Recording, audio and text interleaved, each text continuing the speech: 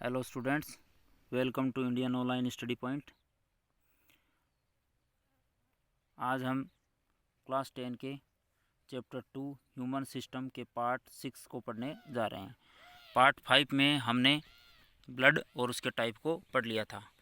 Blood क्या होता है? कनेक्टिव टिश्यू होता है और कैसे रंग का होता है? रेड कलर का होता है। उसके दो भाग होते हैं, प्लाज्मा और कार्पसल्स। प्लाज्मा लिक्विड पार्ट है और कार्पसल सॉलिड पार्ट है। कार्पसल्स में white blood cells, red blood cells और प्लेटलेट्स को हमने पढ़ लिया था। आज हम एबीओ ग्रुपिंग के बारे में पढ़ेंगे और ब्लड जो टाइप कितने प्रकार के होते हैं उसके बारे में पढ़ेंगे। लेकिन इससे पहले आप चैनल को सब्सक्राइब कर लीजिए और बेल आइकन को प्रेस कर दीजिए। लाइक और शेयर करना नहीं भूलना है। चलिए आगे बढ़ते हैं। एबीओ ग्रुपिंग, इसमें एबीओ ग्रुपिंग हेडिंग डाल के, ब्लड ग्रुप्स ब्लड टाइप्स ये हेडिंग डाल के उसके बाद में सब हेडिंग डालेंगे एबीओ ग्रुपिंग। और इसमें लिखेंगे first point, it is based on presence और absence of two surface antigens on RBCs. ये किस पे बेस्ड होते हैं? एंटीजन पे बेस्ड होते हैं जो कि आरबीसीज पे पाई जाती है। आरबीसीज कौन सी होती है? रेड ब्लड सेल्स, जो कि कार्पसल्स का पार्ट होती है, नेमली ए एंड बी। और वो एंटीजन का नाम क्या है? ए और B. Antigens are chemicals that induce immune response. जो एंटीजन्स हैं वो क्या होते हैं? केमिकल्स होते हैं जो कि इम्यून रिस्पॉन्स को इंड्यूस करते हैं। इम्यून रिस्पॉन्स मतलब जो बीमारियों से लड़ने की क्षमता है उसको इंड्यूस करने वाले होते हैं। Similarly plasma contains two antibodies, namely anti A and anti B. ऐसे ही जो आरबीसीज पे तो क्या पाई जाती है? आरबीसीज सॉलिड जो पार्ट होता है ब्लड का, उसमें एंटीजन ए व एंटीजन बी पाई जाती है। ऐसे ही जो प्लाज्मा वाला जो पार्ट है, जो लिक्विड पार्ट है ब्लड का, उसमें एंटी ए मतलब ए के विपरीत, ए के अगेंस्ट। और ऐसे ही एंटी बी जो कि किसके विपरीत है? एंटीजन बी के विपरीत है, एंटी बी पाई जाती है। Antibodies are proteins produced in response to antigens. और एंटीबॉडीज़ क्या होती है? प्रोटीन होती है। और ये कब प्रोड्यूस होती है? ये एंटीजन के रिस्पॉन्स में प्रोड्यूस होती है, मतलब उनके अगेंस्ट में प्रोड्यूस होती है। एंटीजन है वो किसके अगेंस्ट प्रोड्यूस होती है? एंटीबॉडी के। और एंटीबॉडी है वो एंटीजन के अगेंस्ट प्रोड्यूस होती है। जनरली जो एंटीजन्स होती हैं वो फॉरेन पार्टिकल्स में शामिल होती है। जैसे कि बाहर से अगर कोई वायरस बैक्टीरिया अंदर एंटर करता है तो उसको एंटीजन में शामिल किया जाता है और इसके अगेंस्ट हमारी बॉडी में एंटीबॉडी बनती है।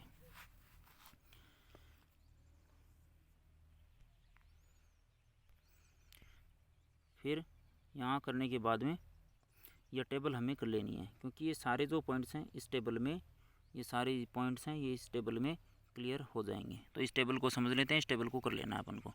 ये फर्स्ट पॉइंट ही करना है सिर्फ, और उसके बाद में टेबल को समझ लेते हैं।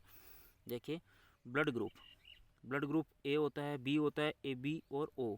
किस आधार पे होता है? अगर एंटीजन आरबीसीज पे रेड ब्लड सेल्स जो कि सॉलिड पार्ट है ब्लड का, उसमें अगर एंटीजन ए मौजूद है तो वो ब्लड ग्रुप कौन सा हो गया? ए। और अगर बी मौजूद है तो बी हो गया। और अगर ए और बी दोनों मौजूद है तो ए बी हो गया। और अगर ए और बी दोनों एब्सेंट है तो कौन सा हो गया? ओ हो गया। तो ये तो हो गया एंटीजन के आधार पर ब्लड ग्रुपिंग, ये दोनों। ठीक है, जैसा एंटीजन होगा वैसे ही ब्लड ग्रुपिंग, वैसे ही ब्लड ग्रुप होगा। फिर एंटीबॉडीज़ कौन सी होती है इनमें? देखिए, जिनमें एंटीजन ए पाई जाती है आरबीसीज पे, उनमें एंटी बी पाई जाती है वहाँ पर प्लाज्मा में। और जिनमें बी एंटीजन पाई जाती है उनमें एंटीबॉडी ए होती है। और जिनमें ए बी एंटीजन होती है उनमें किसी भी प्रकार की एंटीबॉडी नहीं होती है। और जिनमें एंटीजन अब्सेंट होती है उनमें ए और B, anti A anti B antibody पाई जाती है। फिर देखिए, can give blood to, blood किसको दे सकते हैं? जो ए वाला है वो किसको किसको ब्लड दे सकता है? ए को और ए बी को। और जो बी है वो किसको दे सकता है? बी को और ए बी को। और ए बी है वो किसको दे सकता है? केवल ए बी को। और ओ है वो किसको दे सकता है? ए बी और ए बी सबको दे सकता है। तो कहने का मतलब जो ए बी, देखो ये इससे भी ए बी ए से भी ले सकता है, बी से भी ले सकता है और ओ से भी ले सकता है। तो ए बी क्या है? कॉमन है। ए बी क्या आ रहा है? कॉमन है। और can receive blood from donors group, और किस किस से ले सकता है, तो ओ है, ए है, वो किस से ले सकता है, ए से ले सकता है, ओ से ले सकता है। बी है, वो बी से ले सकता है, ओ से ले सकता है। और ए बी है, वो ए से, बी से, ए बी से, ओ से, सबसे ले सकता है। और जो ओ है वो केवल ओ से ले सकता है। तो हमने देखा कि यहाँ पर बी यहाँ सबसे ले रहा है, यहाँ पर देखिए, और जो ओ है वो यहाँ पर सबको दे रहा है। तो इसका मतलब ए बी तो क्या हो गया, यूनिवर्सल रेसिपिएंट। ए बी क्या हो गया, यूनिवर्सल रेसिपिएंट। ए बी क्या हो गया, यूनिवर्सल रेसिपिएंट, सबसे ब्लड ले सकता है। और जो ओ है वो सबको दे सकता है, इसलिए यूनिवर्सल डोनर हो गया।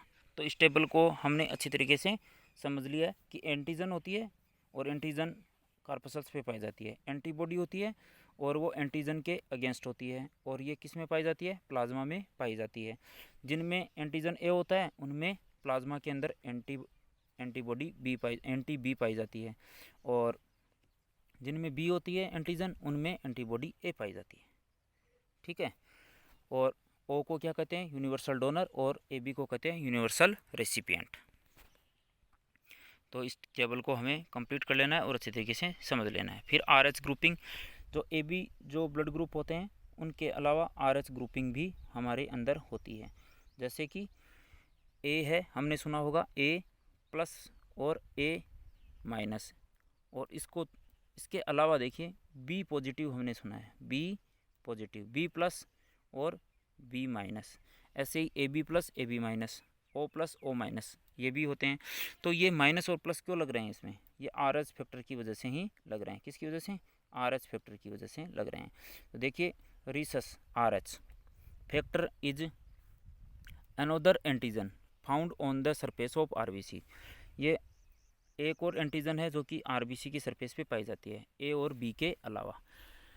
It was discovered by Landsteiner and winner in 1940 in the blood of rhesus monkey. इसको किसके द्वारा खोजा गया था, लैंडस्टीनर और विनर के द्वारा खोजा गया था 1940 में। किस में खोजा गया था, रिसस नामक मंकी में इनको खोजा गया था। हेंस इट्स नेम, और इसी आधार पर इसका नाम रखा गया है आर एच फैक्टर, क्योंकि ये रिसस मंकी से खोजा गया था। किसने खोजा था, लैंडस्टीनर और विनर ने। कब खोजा था, 1940 में। फिर the presence of this antigen is termed as R H negative, positive, R H plus and its absence as R H negative. अगर ये अब्सेंट होता है तो आर एच नेगेटिव माना जाएगा, और अगर आर एच फैक्टर मौजूद, एंटीजन मौजूद है, तो उसको आर एच पॉजिटिव माना जाएगा। कहने का मतलब जिसमें आर एच पॉजिटिव है और उसका ब्लड ग्रुप ए है तो वो ए प्लस हो जाएगा, और अगर आर एच फैक्टर है वो अब्सेंट है और ब्लड ग्रुप ए है तो ए माइनस हो जाएगा। ऐसे ही बी, ए बी और ओ के लिए होता है। फिर nearly 80% of humans are H positive.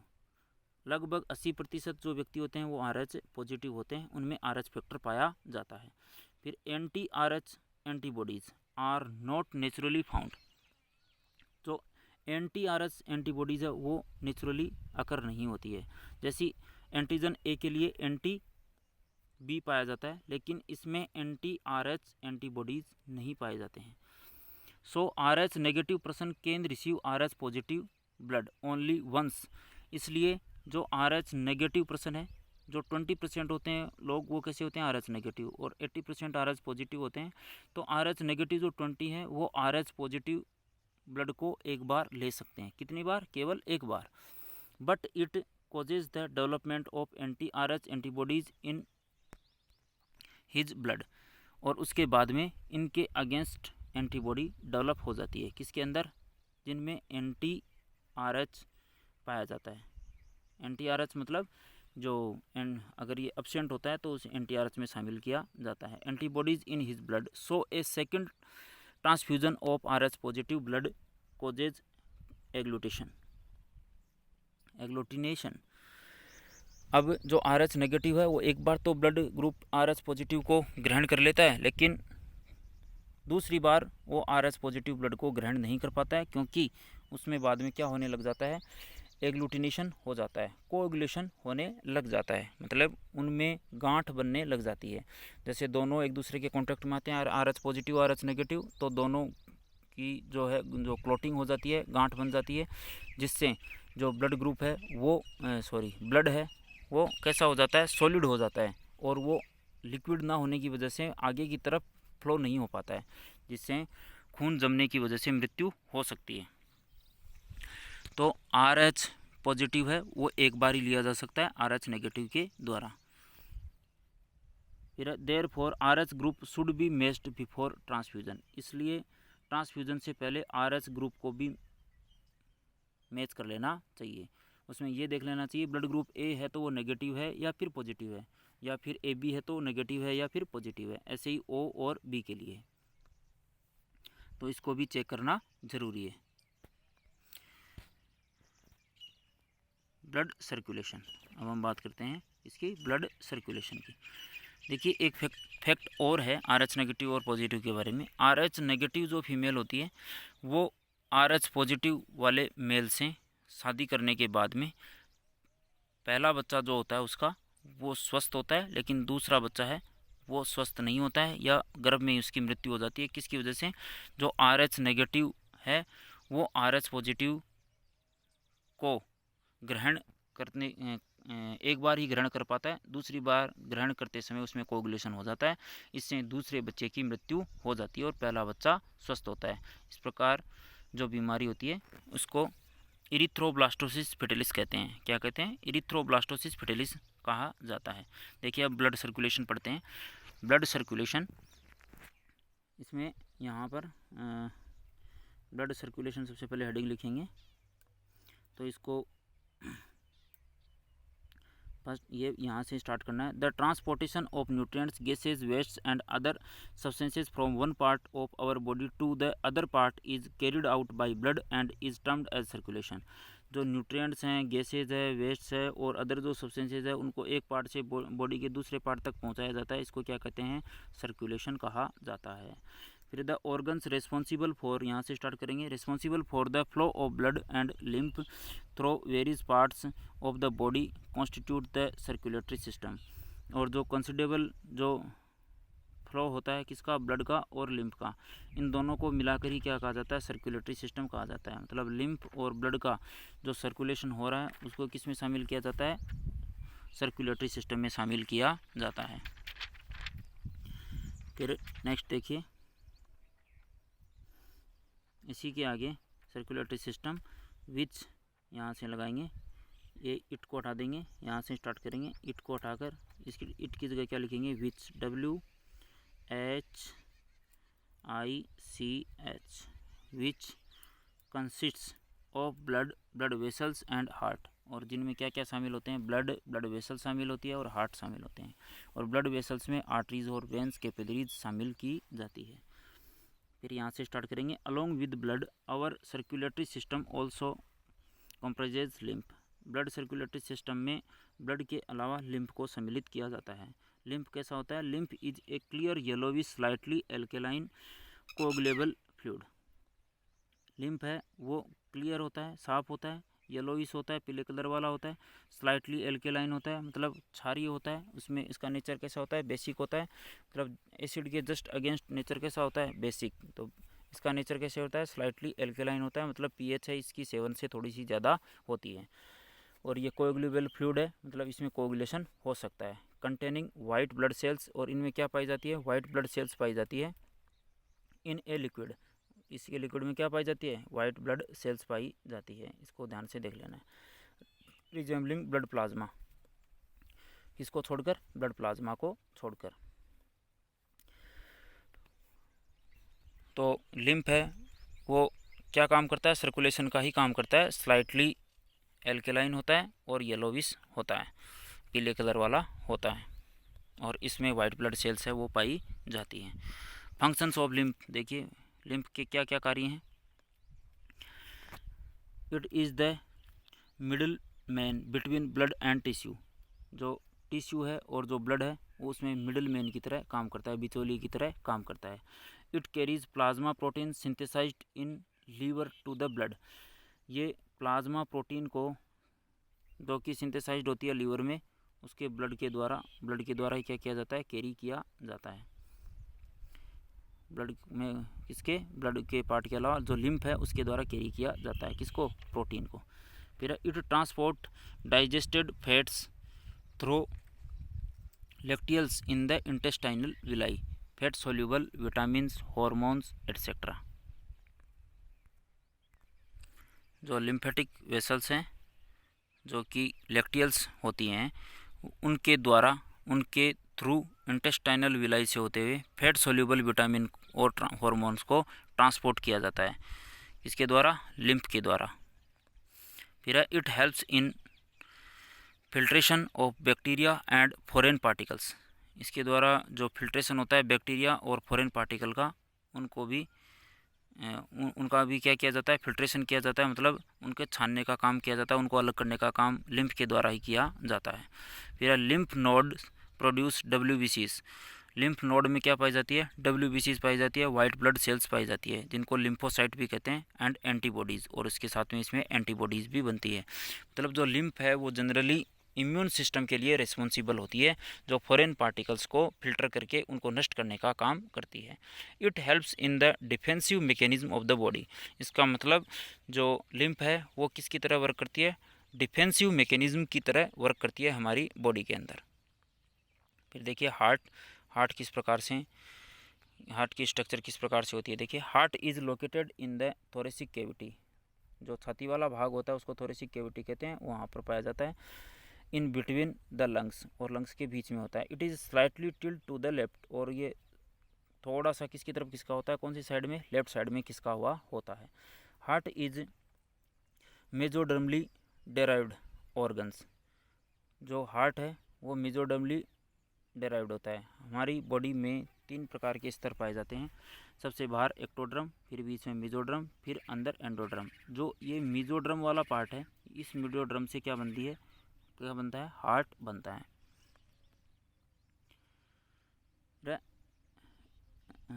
Which protected by double layered pericardium, derived organ, उसके बाद में क्या लगाना है, विच, WHICH, विच इज, यहाँ से which is protected by double layered pericardium, और इसके ये किसके द्वारा प्रोटेक्ट होता है, डबल लेयर पेरिकार्डियम के द्वारा प्रोटेक्ट होता है। पूरा जो हार्ट है वो डबल लेयर पेरिकार्डियम के द्वारा प्रोटेक्ट किया जाता है। फिर है the pericardial space between pericardial membrane, जो ये पेरिकार्डियल मेम्ब्रेन होती है, जैसे ये वाली और ये वाली, इन दोनों के बीच में पेरिकार्डियल स्पेस पाया जाता है, इसमें पेरिकार्डियल फ्लूइड भरा हुआ होता है। It reduces the friction between the heart walls and surrounding tissues, और इसका काम क्या होता है, जो सराउंडिंग जो टिश्यूज़ होते हैं उनको, और जो हार्ट की जो वॉल्स होती है, हार्ट का जो डेलिकेट पार्ट होता है उसको फ्रिक्शन होने से बचाती है, मतलब इनमें घर्षण होने से बचाती है, टकराट होने से बचाती है। It also protects the heart from mechanical shock, और मैकेनिकल शॉक जैसे किसी प्रकार की चोट लग जाती है या फिर कोई एक्सीडेंट वगैरह हो जाता है तो इसको प्रोटेक्ट करने का काम भी इसके द्वारा किया जाता है। तो फर्स्ट पॉइंट ये यहाँ पर ये पॉइंट कंप्लीट कर लेना है। फिर अगला पॉइंट देखिए, the heart is 4 chambered, 2 upper atria auricles and 2 lower ventricles. हमारा जो हार्ट होता है इसमें कितने चैम्बर होते हैं, 4 चैम्बर पाए जाते हैं। ऊपर वाले 2 ऑरिकल्स होते हैं और नीचे वाले 2 वेंट्रिकल्स होते हैं। The walls cardiac muscles of the ventricles are much thicker than that of the atria. जो वॉल्स होती है किसकी, वेंट्रिकल्स की, वो ज़्यादा मोटाई वाली होती है, किसके मुकाबले, एट्रिया के मुकाबले। मतलब जो नीचे वाले जो चैम्बर होते हैं वो वेंट्रिकल्स होते हैं। जैसे यहाँ पर देखिए ये लेफ्ट वेंट्रिकल और इधर ये राइट वेंट्रिकल, इनकी जो मेम्ब्रेन होती है वो ज़्यादा मजबूत होती है, मोटी होती है। और जो एट्रियम वाले जो भाग हैं, जैसे ये एट्रियम है, लेफ्ट एट्रियम, और ये राइट एट्रियम, इनकी जो मेम्ब्रेन होती है उनसे ज़्यादा मोटाई वाली मेम्ब्रेन किसकी होती है, वेंट्रिकल की होती है, क्योंकि ये पंपिंग चैम्बर होते हैं। ये क्या होते हैं, पंपिंग चैम्बर होते हैं, ब्लड को पंप करते हैं, इसलिए इनकी जो लेयरिंग है वो ज़्यादा होती है, इनकी जो वॉल्स होती है वो ज़्यादा मोटाई वाली होती है। The atria are separated by an atrial septum, जो एट्रियम है वो इंटर एट्रियल सेप्टम के द्वारा सेपरेट होते हैं। And the ventricles are separated by inter ventricular septum, और जो दो वेंट्रिकल है उन दोनों के बीच में जो परत पाई जाती है उसको क्या कहते हैं? इंटर वेंट्रिकुलर सेप्टम कहते हैं। फिर है ट्राइकस्पिड वॉल, इसके अलावा बाइकस्पिड वॉल भी पाया जाता है, लेकिन वो हम अगले पार्ट में करेंगे। अब हम समझ लेते हैं ट्राइकस्पिड वॉल। ट्राइकस्पिड वॉल में देखिए, the walls formed of 3 muscular flaps, ये 3 मस्कुलर फ्लैप से मिलकर बना होता है, और या फिर कप लाइक स्ट्रक्चर से बना हुआ होता है। Which guard the opening between the right atrium and the right ventricle. Right atrium और राइट वेंट्रिकल के बीच में जो वॉल पाया जाता है उसको क्या कहते हैं? हार्ट वॉल या ट्राइकस्पिड वॉल कहते हैं। ट्राइकस्पिड वॉल, ट्राई मतलब 3, तो 3 कप लाइक संरचनाओं से बना हुआ होता है, और ये इसको इसीलिए इसको ट्राइकस्पिड वॉल कहते हैं। और ये किसके बीच में होता है? राइट वेंट्रिकल और राइट एट्रियम के बीच में होता है। मतलब डायग्राम में देखिए एक बार, राइट वेंट्रिकल, ये यहाँ राइट वेंट्रिकल और राइट एट्रियम, इन दोनों के बीच में यहाँ पर ये क्या पाया जा रहा है? ट्राइकस्पिड वॉल पाया जाता है। तो इस प्रकार से हमने हार्ट को आज स्टार्ट कर दिया है। जितना आपको हार्ट के बारे में बता दिया गया है उसको आपने समझ लिया होगा अच्छी तरीके से। इसको समझ के उसके बाद में नोटबुक में कर लेना है। वीडियो स्टॉप करने से पहले चैनल को सब्सक्राइब कर लीजिए, बेल आइकन को प्रेस कर दीजिए, लाइक और शेयर करना नहीं भूलना है। तो आज के लिए इतना ही। Thank you.